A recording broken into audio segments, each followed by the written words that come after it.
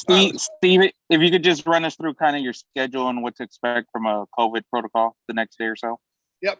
The COVID protocol, I don't know all the details on that. I know we're testing every single day. We started, so we've been testing all year, 3 days a week, and 3 times leading up to every game, and 48 hours after each game. So there's been all kinds of things we've been doing all year.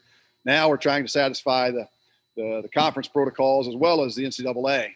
So every team in the league is heading to Frisco with the thought that if they win the tournament, they'll be in position to go straight from there to Indianapolis. So we have to have those things in place as well. So we tested yesterday. We tested this morning. We'll test tomorrow afternoon. Once we get to the area, it's my understanding that all of the testing will be done at one site, which will probably be quite an operation when you figure men's and women's tournaments and everybody's there. So that's kind of the testing once a day. Otherwise, our guys are lifting right now. We'll practice here at 12:15, go for about an hour and a half, up on the bus and head to Frisco. We'll watch film tonight, and that'll be about it for today. Then tomorrow we'll get up. We'll have breakfast, film session, testing. I think before our practice, we'll go to a local high school there and have a probably a 1 hour practice. Get them loose, make sure we go through everything one more time, and then get ready to play Wednesday. I think we have a chance to have a shoot around on Wednesday with a 5:30 game. I can't remember the specifics on that. Steve, are you guys good from a testing standpoint? Anything pop up? Yeah, we're good at this point. Test we took yesterday, we got the results back yesterday evening. We took the test early this morning. We'll get those results later as well. This was not the rapid test, so it will take a little bit of time. But yeah, we're in good shape from that standpoint. Chase, go ahead. And overall, we're Adrian had a good practice yesterday. Saturday. We took yesterday off. Adrian had a good practice. Saturday was his best in terms of just looking more comfortable, looking more confident in his legs. So again, 2 or 3 more days, hopefully he'll be 100% or as close to 100% as we can get. Everybody else is feeling fine. Chase, go ahead. Hey, Coach, back in January when you guys start off conference play 1-5, is there anything you can pinpoint to the turnaround for you guys starting to, again, turn this thing around and push toward the seeding you got in this conference tournament and the hot finish that you had? Well, it was a combination of things. We've talked about this several times with some of you guys on this call. Is we were 1-5, but we'd only played 3 opponents. That's the strange part of this, playing the same team back to back. 2 of those 3 opponents, we knew were really, really tough opponents. I mean, La Tech ended up winning the West. So, and we knew North Texas was really tough. So I think people panicked when we lost to Rice, and we weren't very happy about it, but it was not the time to panic. We weren't happy. We were sitting at 1-5, looking up at everybody, but we also knew that we had an opportunity if we started playing better basketball to make a run at some people. And we had more home games, jammed in there. So it was a combination of just not panicking, continue to improve. We had some individuals started stepping up. We expected big things out of Cedric Alley. He got hurt in the Rice game. Just wasn't anywhere near full strength there for a few weeks. He's obviously playing much better, feeling good, giving us the defensive presence that we needed. I can't remember exactly what point we put Juice in the starting lineup. One point we put Juice and Adrian in there just to get hopefully better offensive possessions. And all of it just started coming together. Our defense got better. We started moving the ball better. We started trusting each other more. Juice gives us another playmaker. Jacob Germany started scoring and gave us a different element with his rolling all the way to the basket or even rolling into the middle of the paint and getting it out of there. That's the way the game is being played by so many teams now, and it's something we had worked on, but it just seemed like all of a sudden it clicked. We started throwing it to him more, and he finished and delivered, and the floor got spaced. Juice was playing well all year, but wasn't shooting the ball very well. And one point he was up around 50% from the 3 in league play. So just I think it was a whole bunch of things there. Our confidence offensively started growing. Our defense got better, And the schedule, again, we had some home games there where we could get on a little roll and take advantage of the schedule. Ryder, you hear this. Oh, sorry. One more. You hear this every year, I know, when we get to this time, but, just how important is it for a team to be peaking at this right moment as you head into a tournament situation when you're playing these meaningful games in March? Yeah, everybody's going to head to Frisco with a different speech for their guys, but yeah, I mean, in a perfect world, you need to be healthy. You need to be fresh. Your guys still need to enjoy being around each other, and we felt that with our guys. I mean, the last 2 weeks, with the exception of Adrian, we've been pretty healthy. I mean, very, very healthy. I'm sure there's some guys that are constantly getting treatment and trying to stretch out, but we're in pretty good shape physically. We're playing better basketball. We've won 9 out of 11. I think our confidence is high. Our spirits are high. Our expectations are high. So that's really what you want when you head into conference tournament play. Now, on the flip side, Charlotte is a much better team than what they've shown here the last 6 ball games. So they're talking to their guys, about, hey, fresh start. They played well against Marshall the second game. They're going over with a clean slate and ready to play better basketball. But I like where we're at, and that's who we're concerned about right now. Hey, Ryder, go ahead. Hey, Coach, you were scheduled to play against Charlotte last month before the severe winter weather conditions postponed those games and eventually canceled them. Has there been any change in the preparations now that you are playing this team just once instead of twice in an NCAA conference tournament setting? No, we were locked in when we were planning to head to Charlotte and focused on the Friday game at that point. And now we're locked in on them. We had enough time here between our last game and now to spend a few days of practice just working on general things. Charlotte's not a team that plays any zone, but we spend a little time on some zone offense just in case we do advance. We know we'll see some zone at some point. But the last few days have been all about Charlotte, locked in on them. How can we score? How can we keep them from getting their motion clicking? How can we take away Young's easy baskets, keep him off the free throw line? So I think our preparation's pretty good. I like the fact that we've had enough time to show some film, do some breakdown drills. We were already, like I said, prepared for them a few weeks ago prior to the snowstorm, and I think we're more prepared than we were at that point right now. All right, you're going up against a team that plays a very different style to yours. They really hang their head on a defense, low-scoring ball games, which is not your preferred style of play. What's going to be the key for you guys to really get off to a fast start so you can dictate the flow of the game to where you can get into those high-scoring numbers that really leads to success for your team? Yeah, it's a great point. It's really hard to do. It's two things that seem to be hard to counteract.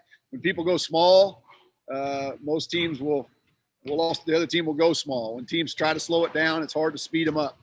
It is very important that we get off to a good start. Against Charlotte, you do not want to be playing from behind because then you start pressing a little bit. You just can't do that. You've got to have great defensive possessions with some patience. You got to understand they're gonna work some clock. They're gonna have multiple cuts. If you take one thing away, they automatically move to the next read. It's a very good offense. Some Princeton elements to it, and we've got to find that level of aggressive. You've got to deny some things without getting back cut. If you don't deny anything, then the next thing you know, you're standing at 15 feet and you're soft. If you get too some intensity and yet patience and some discipline on the defensive end, and then offensively, they're solid. They're just not going to give you easy buckets. They don't give up much in transition. We need to try to get some. If not, again, I think we're more prepared now than we were 2 months ago to have good offensive possessions. We're a little more patient now. We got more guys making plays. I think that'll help us. But we certainly need to get off to a good start because they can kind of take the air out of the ball, if you will, if they've got a lead. And we talked to our guys. We can't simulate that in practice. There's going to be some stretches where if they're clicking, we're going to want to go. We're going to want to go. We're going to want to go, and we're not going to be able to. We're going to have to go down and get a stop. And we're going to have to stay patient. And at some point, try to get that. We call them the kills, where we get 3 defensive stops in a row. If we can get the kill, then maybe that's when we get back in the game. But a great start would help us tremendously. Thank you, Coach. Thank you. Greg, go ahead. Steve, Keaton and Javon have talked really for years now about, wanting to win a conference tournament and to have to make that impact. Now, as this could be their final chance to do that, what's the mentality like? Do you think they feel any extra pressure, or how have they come through this week? Yeah, you always worry about that with the emotions involved in the conference tournament or the NCAA tournament. Once you get those emotions are very unique, and there can be a little extra pressure there. If you fall behind, you got to be you really got to lock in. It's a win or go home deal, and so those two guys aren't going to be nervous. They're never nervous. They expect to win every time we play, but there is a different element there, and you hope that panic doesn't set in if you get down 6 or 8. First couple shots don't fall. You hope they don't start pressing. You just got to relax and trust that what we've been doing the last 5 or 6 weeks is good enough to win. And if you get a little off track, you got to dig in defensively and try to get stops. So, but yeah, that's what makes March Madness great is the emotions, but it also makes it tough. Have you talked to them this week about that possibility and how to deal with any pressure that might come with that, or is it something like you deal with it if that time arises in the game? Yeah, I've talked a lot about that. We have talked about we talked about a second ago with their ability to possibly make us frustrated without pace. Their ability to dictate pace. That's when we got to make sure that we don't panic. Stay in there, win the next possession, get a stop, try to get a kill, go down, get good shots on the other end. We did talk about that. That we're always wanting to go, and we're good enough defensively now to withstand a couple bad offensive trips if we come down and dig our heels in defensively. And then this is a very different setup from what you might usually see in a conference tournament, where if you guys advance past this game, you'll be facing a team, 24 hours notice that you haven't prepared for during the regular season, where usually you would have seen them. Have you guys thought about how you would handle that kind of challenge, or do you do any baseline work on teams you might see down the line? Again, we know that there are some opponents deeper into the tournament that have shown some zone. We know we've seen a bunch of good big guys this year. So if we advance, we know we're going to see big guys that need some extra attention. Charlotte's not a team that throws into their 5-man in the post much, but certainly if we advance, there would be some other opponents that do that. So we were able to do that last week just to work on our habits, how we want to handle those centers that post up. And again, we've seen that this year with North Texas. We've seen it with La Tech. We've seen it with a bunch of teams. So hopefully we've got a base to work from there when we advance, because there's no practice time. If we win on Wednesday, we'll get ready for Western Kentucky and just talk about, hey, we need to guard Bassey the way we guarded La Tech and North Texas and that kind of thing. But we're all in right now. It's all about Charlotte, focusing in on them. Yeah, it is unique that we're in conference and potentially playing someone we haven't played all year. That is a little different deal. And ironically, there hasn't been as much crossover. So when we're watching our next opponent during the season, we haven't seen nearly as much film on Western Kentucky and UAB, or I'm sorry, Old Dominion, some of those, Marshall, until recently. So usually pretty familiar with the whole league by the time you head to conference tournament. There's some opponents on the East that we've seen very little of. Jerry, go ahead. Coach, I wondered, in your history as a player in NCAA Division I and also as a coach in Division I, just whether you have a favorite memory or memories of a particular team that was able to win 4 games in 4 days to win a tournament.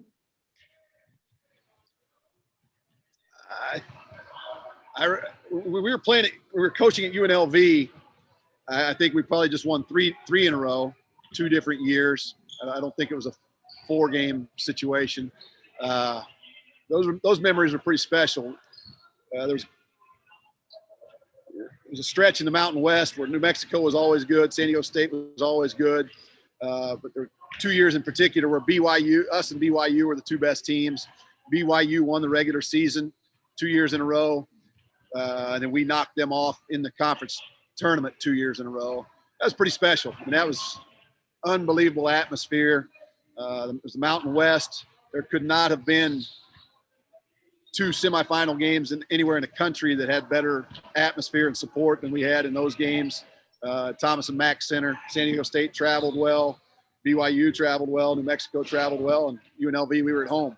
So the atmosphere was just unbelievable in the semifinal games, and then turn around in the final games. For us to flip and beat the regular season champion 2 years in a row was pretty special. But I'd have to dig back. To win 4 in a row is a little bit tougher, but that's our task. On those teams that you were with at UNLV that won the 3 in 3 days, have you mentioned to your players, this week, what it took to accomplish that? Have you talked to your guys about that challenge? Not specifically. Again, I think we'd be getting way ahead of ourselves if we got to take care of game 1. It's all about Charlotte right now. That's all we're talking about. We told them to pack as if we're going to be around for a while, and that's the plan in that regard. But other than that, it's just about Charlotte. Kind of the same thing when we played all these back-to-back games during the year. There was never any talk of if we have a lead, we're saving our guys. We've got to be fresh for game 2. Always got to get the first one in the books and finish it off before you worry about having more energy the next day. The emotions, the passion, all that will kick in. If we can make a run, we'll have plenty of energy. There's always more in reserve. The excitement grows. If you're still playing each day, you feed off that adrenaline and emotion. And if we win Wednesday, we'll try to go get a good meal, tell our guys to hydrate and get some rest, watch a little film, and try to get ready for the next one. But if we overlook the first one, we'll be coming home early. Thank you. Thank you, Steve. We'll have Keaton in here next.